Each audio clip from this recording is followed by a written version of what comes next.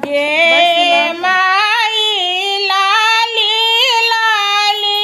डोलिया में सबूजे ओ हरिया लागी गेला बाती सो का हारा गे माई ताही डोली जाए ती बहिनों से लाली बहिनों डोली घुमा रही ते जा गे माई ताही डोली जाए ती बहिनों से श्रुति बहिनों डोली घुमा रही जाई गे माई बाटही पूछे बटोहिया से आशीष भैया के ई डोली की न कर जाई गे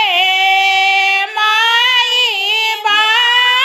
बाटही पूछे बटोहिया से उज्ज्वल भैया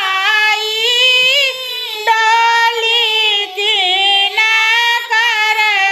जाई गे माई बाटही पूछती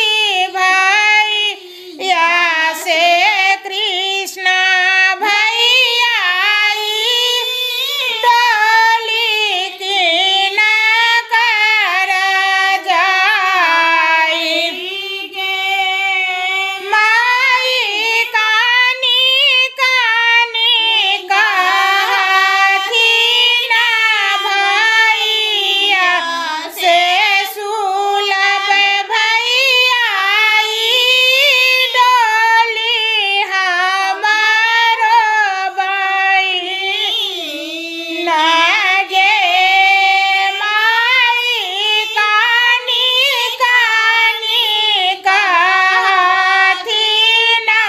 शिवम लाला भैया ई डोली हमारे बहिन गे माई हंसी